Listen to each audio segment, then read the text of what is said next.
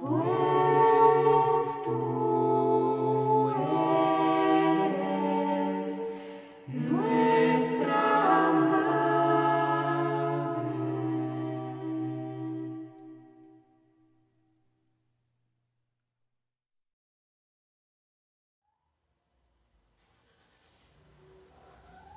O feminino do ser, para acabar de vez com a costela de Adão. Por Annick de Susnel, Instituto Piaget, canal Le Conde.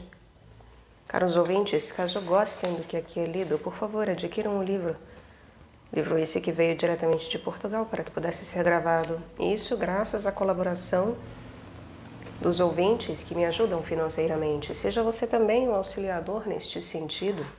Isso é possível via Pix, Apoia-se, Vaquinha. R$1 por mês é o suficiente. Creio que meu trabalho vale ao menos isso. E se você concorda, os links estão no descritivo. Também há link para a compra de livros que chegam até mim pela lista da Amazon. E também curtam, compartilhem, comentem, inscrevam-se no canal. Tudo isso gera engajamento e faz com que esses vídeos sejam disseminados, ofertados para mais pessoas, fazendo com que o conhecimento vá mais longe e meu trabalho possa ser ampliado. Muito obrigada pela presença. A todos uma boa escuta. Capítulo 6. As prostitutas. Estas 4 grandes figuras de mulheres da Bíblia, a par das matriarcas, revelaram-nos alguns aspectos da identidade feminina das profundezas de todo o ser, mais espontaneamente connaturais na mulher. A beleza, a abertura de um coração visitado por Deus, assim tornado capaz de verdadeiro amor. O rigor, a força, a audácia, o empenhamento. Todas virtudes às quais eu juntaria o desejo de unidade e de fecundidade. Muitas vezes rebaixadas ao estatuto vulgar da vida inconsciente, elas conduzem à santidade quando são vividas no registro ontológico. Já ninguém ousa pronunciar a palavra santidade, de tal modo foi reduzida a insuportáveis pieguices, ou mesmo identificada com uma fraqueza de espírito eivada de sentimentalismo e ingenuidade. De natureza feminina, é claro. Ora, a santidade, kedoshá, em hebreu, é a mesma palavra que designa a prostituta, kedeshá. Kedoshá, kedeshá. Assim, que nos quer dizer esta língua? Construída como o mundo na obediência às leis ontológicas do Logos Verbo que legifera todas as coisas, ela está, mais que todas as coisas, na íntima proximidade do Verbo. O substantivo kedeshá, que é um H, divide o seu valor numérico 409 com Ahat, que significa irmã ou uma. A irmã, na linguagem interior, como nos lembramos, é a Adamá Ishá na medida em que ela é a outra com a qual o homem, ao desposá-la e nascendo de novo dela, fará a sua unidade. Adivinha-se, então, que todas as energias que a compõem são investidas por esse ser, ou para celebrar os seus esponsais interiores e construir a santidade, a unidade, ou para edificar o seu reino exterior, as exigências do qual ele se prostitui. Neste último caso, no caso de se edificar o reino exterior, as exigências do qual se prostitui, o homem goza de uma consideração tanto maior no mundo, quanto maior for o poder que adquiriu nesse mundo. Mas sem atingir esse perfeito êxito, na medida em que não constrói o seu nome no seu interior, prostitui-se inconscientemente a todos os objetos de tranquilização, de usufruição e de poder, que são igualmente objetos de compensação para o seu vazio ontológico. Em vez de procurar o seu nome, procura a nomeada.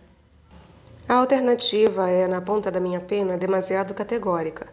mas deixo-a correr assim excessiva para melhor discernir os dois polos definidos pela mesma palavra hebraica, kedoshá e kedashá, kedeshá.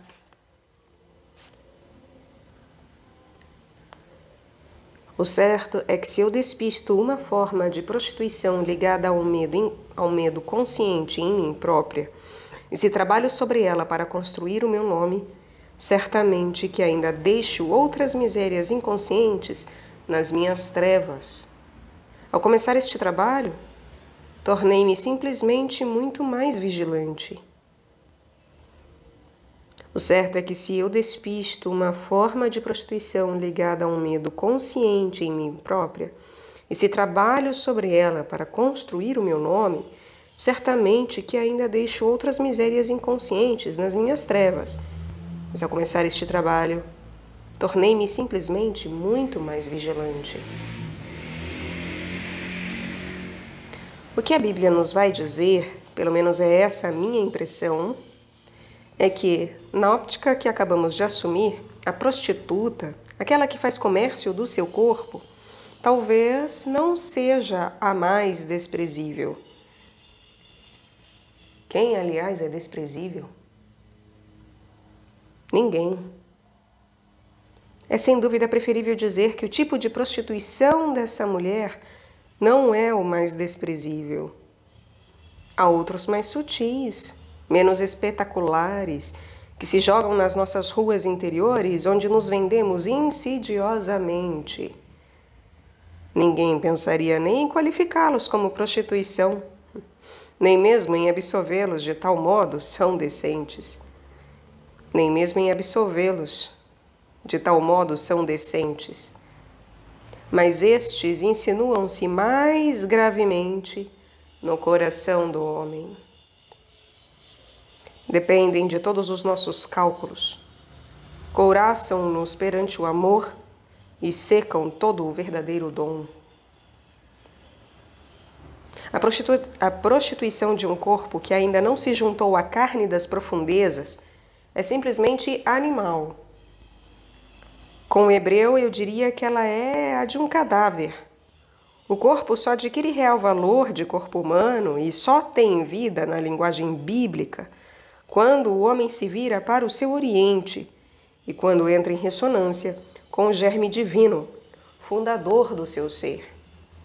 Nesse momento, o seu corpo começa a vibrar com a luz de carne, libertada das maiores profundezas desse corpo.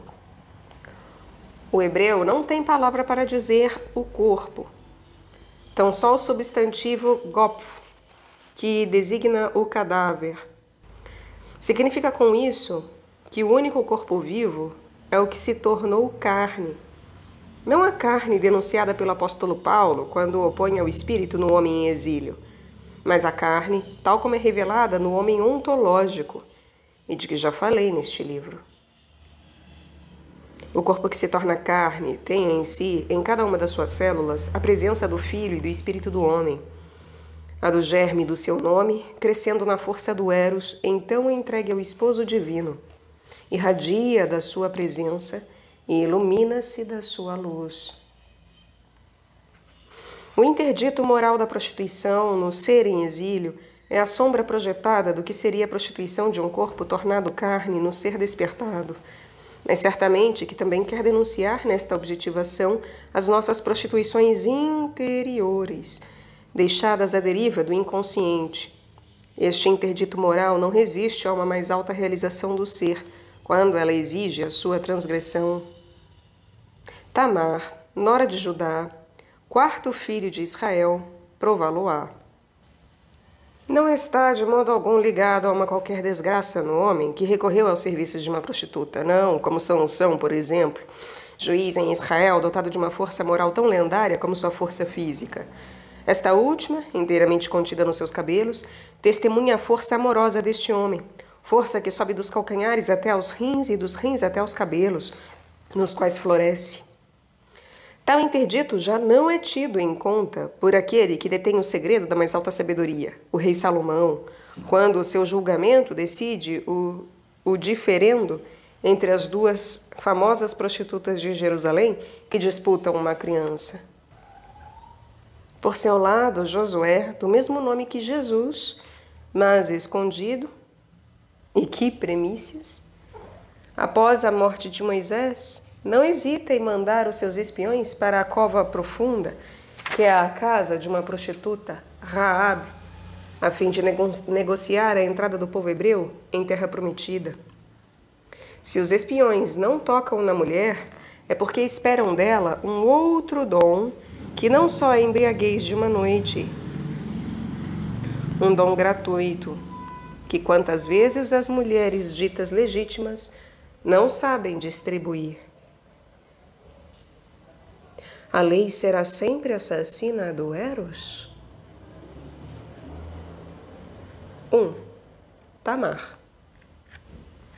Judá, quarto filho de Israel, com todos os seus irmãos, excetuando Benjamim, acaba de vender um deles, José, a mercadores em rota para o Egito. Por 20 moedas de prata, Judá entregou seu irmão às trevas inimigas. Que nome tão perigoso! Casa com uma cananeia que lhe dá 3 filhos, Onam e Shelá. Escolheu para seu primogênito, uma mulher chamada Tamar.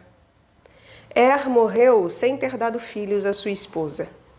Onam, segundo a lei, é chamado pelo pai a suscitar uma descendência em Tamar no lugar do seu irmão, mas prefere não deixar mais que o seu nome de solitário à memória humana, em vez de cumprir o seu dever. E Deus castigou-o. Quanto ao terceiro filho, esse ainda é demasiado jovem para responder à exigência da lei. E Judá entrega a nora à sua família em Tima, até que Shelá seja capaz de assumir a posteridade. Mas quando Shelá atinge a idade adulta, não é dado a Tamar. Esta fica aflita. Tendo sabido que o sogro ia chegar a Tima, Tamar tira suas vestes de viúva, cobre-se com um véu e, no dia aprazado, senta-se à entrada da cidade, como uma prostituta. Judá é seduzido e, não a reconhecendo atrás do véu, aproxima-se dela. Que me darás para vires comigo? Pergunta ela. Mandar-te-ei um cabrito do meu rebanho. Está bem, mas tens de deixar um penhor até que o envies. Que penhor te hei de dar? O teu selo, o teu cordão e o bordão que tens nas mãos. Este assim faz, e segue-a. Após a partida de Judá, Tamar tira o véu e repõe as vestes de viúva. Ficou grávida. Quando Judá lhe envia o cabrito, o criado não encontra a prostituta à porta da cidade. Ouvi mesmo dizer que nunca houve nenhuma naquele sítio. Não querendo cair no ridículo, Judá deixa as coisas como estão. Mas quando sabe, 3 meses depois, que sua nora se prostituiu e está grávida, manda que a procurem para que seja queimada viva.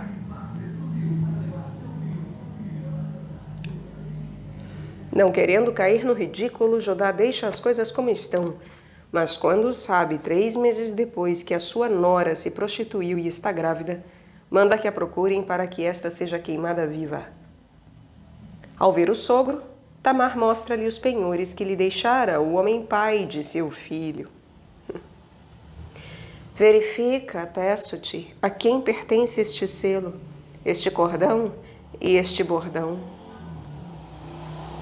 Judá ficou aturdido, mas compreendeu. Ela é mais justa do que eu, disse, e retirou-se. Chegou o momento do parto. Havia 2 gêmeos no ventre de Tamar.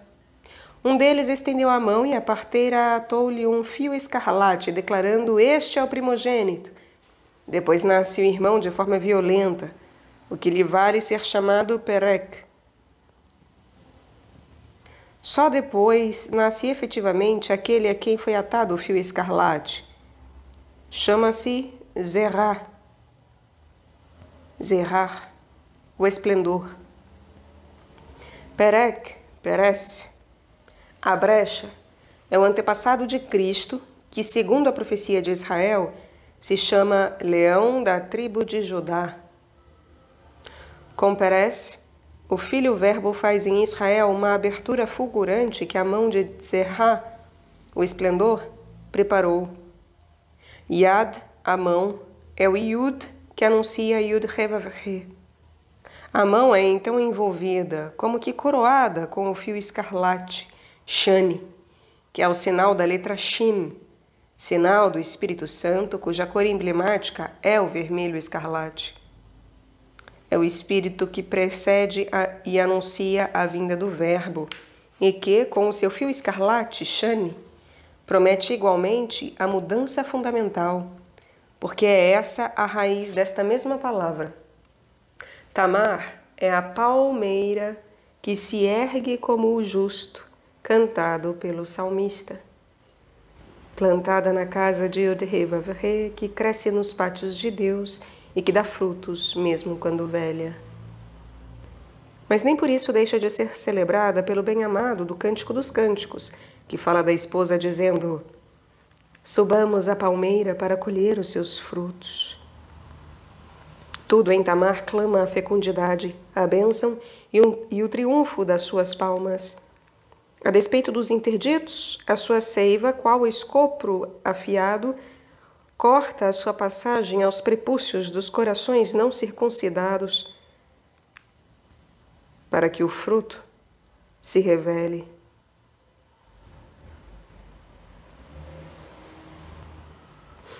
Nada mais tem a fazer da lei perante a exigência do Eros.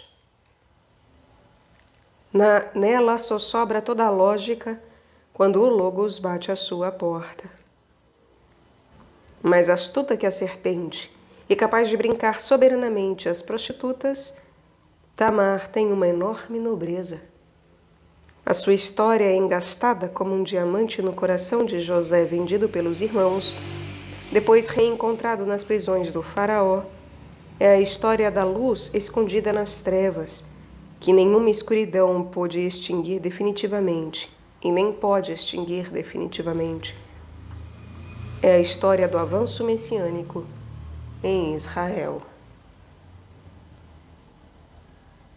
2. Raab. E eis que chega Raab. Esta não brinca às prostitutas. É-o realmente. De sua casa, quando não do seu ventre, vai jorrar também desta vez a seiva de Yud-Heh-Vav-Heh. O povo de Israel deixou o Egito e já percorreu 40 anos de deserto quando chega às portas da terra prometida. Como entrar nessa terra e conquistar um de seus últimos bastiões, a cidade de Jericó, a tão justamente chamada Cidade das Palmeiras? Quem poderá abater essa força triunfante que Jericó pressagia?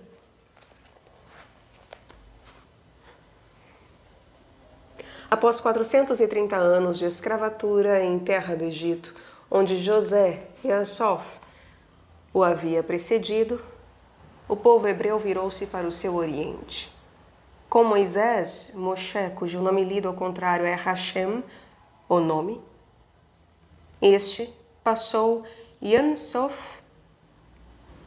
o mar dos limites, correntemente chamado Mar Vermelho. Vermelho do sangue dos egípcios por ele engolidos quando tentaram perseguir os hebreus.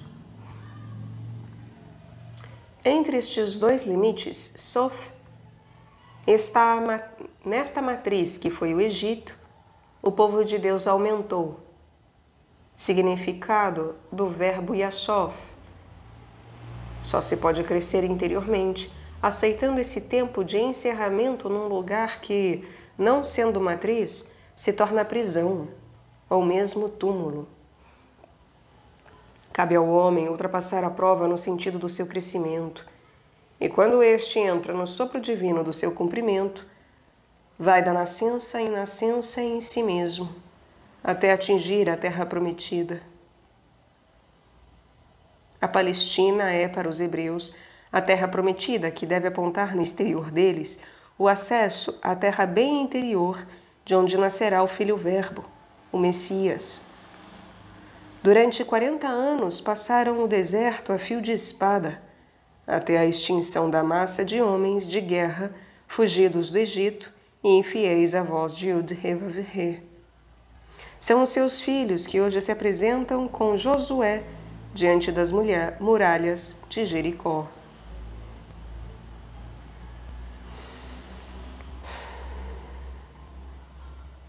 Como conquistar esta cidade ao povo temível, que não temos força para atacar, tinham já dito os exploradores enviados por Moisés para reconhecer o país. Moisés morreu. Foi Josué, Yeshua, o Salvador, que Yud-Heh-Vav-Heh escolheu para lhe suceder. Josué, prefigura do Salvador Messias, é designado para dar a Israel o acesso à terra prometida, a terra do nome. Ninguém pode entrar nessa terra interior onde eu sou em dever de ser, atinge a semelhança de eu sou, sem que eu sou presida à queda da pele, ao desabamento desta última resistência. Ninguém pode entrar nessa terra interior, onde eu sou em dever de ser atinge a semelhança de eu sou, sem que o eu sou presida à queda da pele, ao desabamento desta última resistência. Josué, símbolo do Messias na terra exterior, está diante das muralhas de Jericó. Envia em segredo 2 espiões para examinarem a região e especialmente esta cidade. Depois de reconhecerem os locais, os 2 homens entram em casa de Raabe, a prostituta. O rei de Jericó intima imediatamente a sua polícia para que expulsem aqueles que ele sabe estarem em casa dessa mulher e que suspeita serem espiões. Mas Raabe esconde os 2 homens, afirmando que estes partiram antes que as portas fossem fechadas e que seria prudente persegui-los numa dada direção. Na realidade, Raabe tinha-os escondido debaixo de pés de linho estendidos no seu terraço. Ela soube que o Senhor Yud-Heh-Vav-Heh está com eles. Conhece a epopeia dos hebreus desde o Egito e sente o esplendor do seu Deus grande e ameaçador. Qual Ruth, reconhecendo em Noemi o caminho da luz e seguindo-a, com a mesma determinação, Raabe ajudará estes homens. Ela não tem medo. Nada impedirá os seus projetos. É Yud-Heh-Vav-Heh, o vosso Deus, que é Deus, diz-lhes. Torna-se anjo para esses homens, obrigando-os a prometer que será poupada com a sua família quando tomarem a cidade. Faz descer os espiões durante a noite por uma corda através da janela que dá para as muralhas da cidade, do lado da montanha. Mas para que possam cumprir o seu juramento e reconhecer a casa de Raabe, os 2 homens pedem-lhe que ate um cordão vermelho carmesim à janela por onde fugiram, o que ela promete fazer. Quando reencontram Josué, os espiões revelam-lhe os pormenores da sua missão. Então Josué, por ordem de Yud-Heh-Vav-Heh, manda levantar o acampamento dos hebreus e todos, com a arca do Senhor à cabeça, atravessam o Jordão acerca de Jericó. Tal como Moisés fendendo as águas do Mar Vermelho, Josué tem diante de si o leito seco do rio, que, nas suas margens, ergue uma muralha de água a montante da passagem, ao mesmo tempo que a jusante desce placidamente para o mar de sal. Os 2 momentos são inseparáveis. O próprio Senhor os une. Hoje afastei para longe de vós o opróbrio do Egito, diz Yud-Heh-Vav-Heh a Josué. Este, depois da travessia do Jordão, pode finalmente circuncidar o povo, pois no meio do deserto não fora possível que os homens desta nova geração cumprissem o rito. Agora, circuncidados na sua carne, estes homens vão com Josué acabar a Páscoa de seus pais e proceder ao corte da última pele que separa Israel da cidade santa de Jerusalém. Jericó, cidade lunar, é essa pele, essa noite obscura, antes da conquista da luz.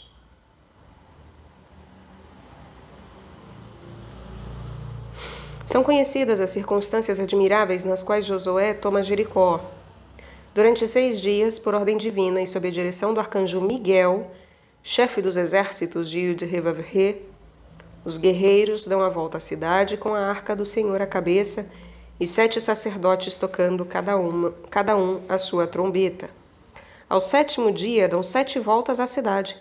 Os 7 sacerdotes tocam a sua trombeta e, ao som jubiloso das mesmas, o povo hebreu lança um imenso clamor. Estão a cair as muralhas de Jericó. O próprio verbo é aqui o cinzel que talha. A cidade cai nas mãos dos hebreus. Graças ao fio escarlate, os espiões entram então em casa de Raabe, onde está reunida a sua família. Põe-na em segurança com todos os seus, longe do acampamento de Israel. E Josué salva-lhes a vida, ao mesmo tempo que toda a cidade é queimada, qual Sodoma, para que as suas trevas se tornem luz de Israel. É assim que o Salvador faz entrar Israel na Terra Santa, mas com a cumplicidade de Raabe, a prostituta. Uma ideia de força habita o nome Raabe. Não só uma ideia, mas uma presença de violência capaz de levantar os pesos mais pesados e de extrair das mais graves situações o segredo do seu sentido e, logo, a solução a dar-lhes. Ras, com o mesmo valor numérico que Raabe, que é 207, é o segredo, o que está no verbo da coisa. Mesmo sendo prostituta, e talvez porque o era, Raabe sentiu o sopro divino que funda o acontecimento. Sem dúvida, mais que os próprios espiões que no seu imediato obedecem às ordens, ela percebeu a ordem profunda da sua visita. Terá visto atrás deles os 2 anjos que outrora foram ter com Ló, então refugiado em Sodoma antes da destruição da cidade? Raabe parece ter isto em comum com o anjo. Participa com todos os seus sentidos numa realidade desconhecida dos seres feitos à regra e esquadro. Nada se acumula na sua mente. Acolhe todos quantos a visitam à procura de um instante de felicidade roubado à sua miséria, à noite de solidão, aos seus sistemas sabiamente edificados, às suas prisões constituídas, um momento de vida cobrado ao seu tempo de morte. Acolhe o Senhor e o vagabundo, o que fede interiormente e o outro no exterior. Conhece e aceita o seu próprio fedor sob os perfumes, a sua fealdade por trás das suas cintilações sedutoras. Quantos desses seres em ruptura de moral, de conforto religioso e social ela consolou? Alguns deles em pânico. Quantas afrontas recebeu?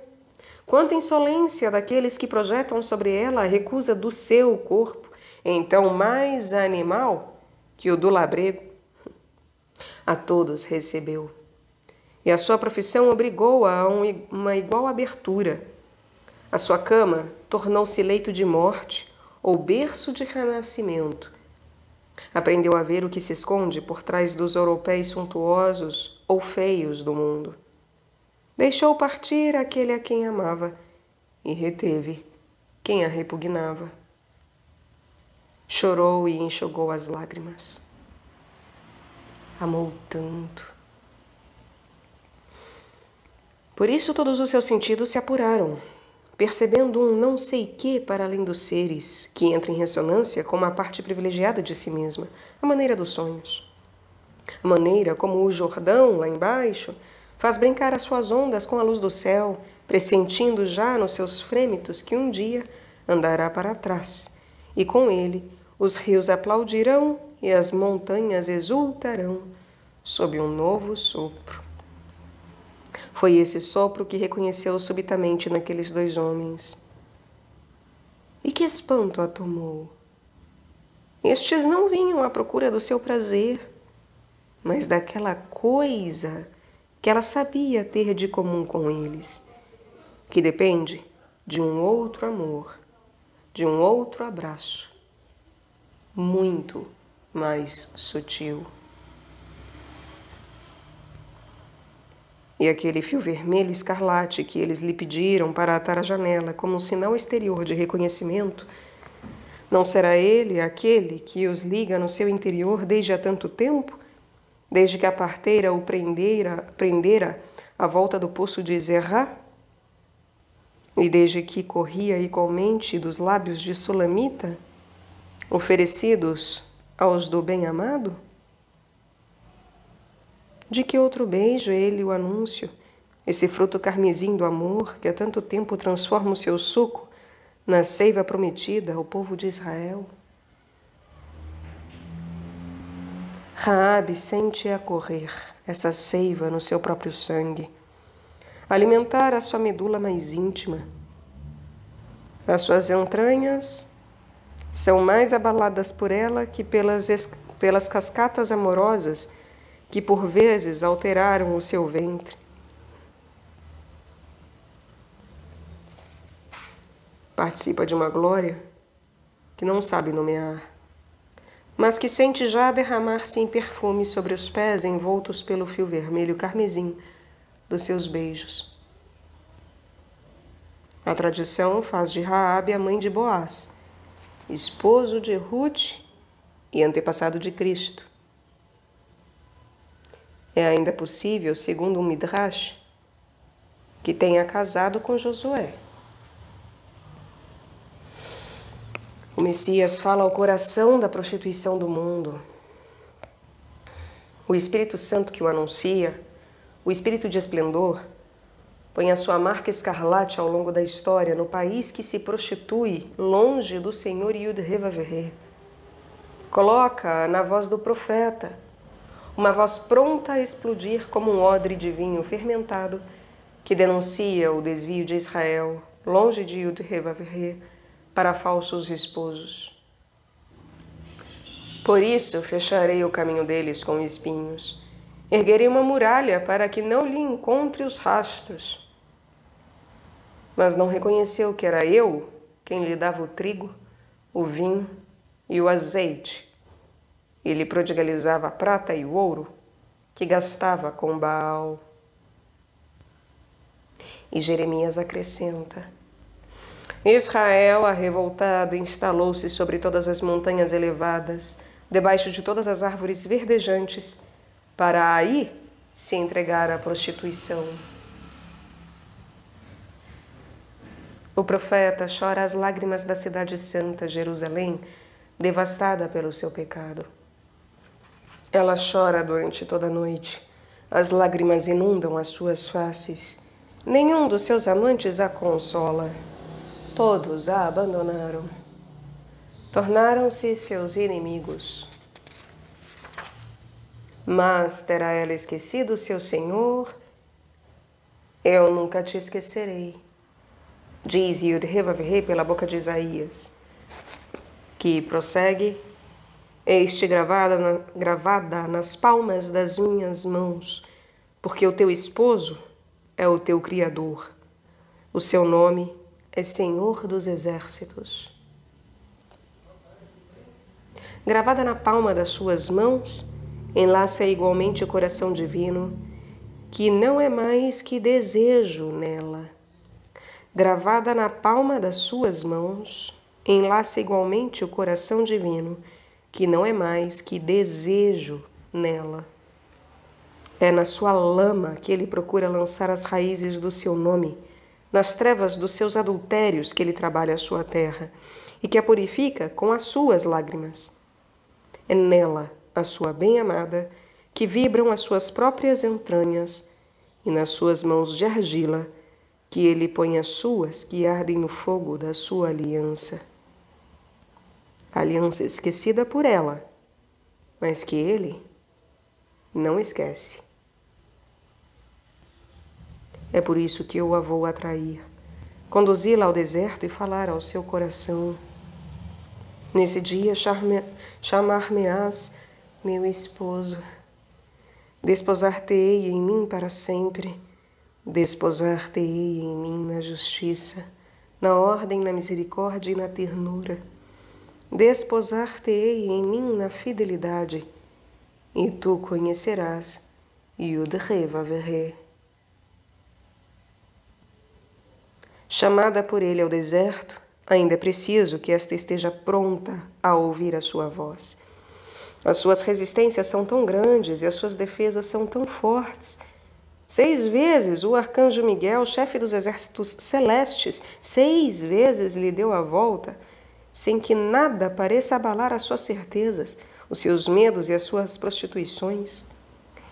À 7ª ronda, soa a voz divina, e a brecha, finalmente talhada no desabamento das suas muralhas, dá passagem ao novo ser prenhe de Eu Sou.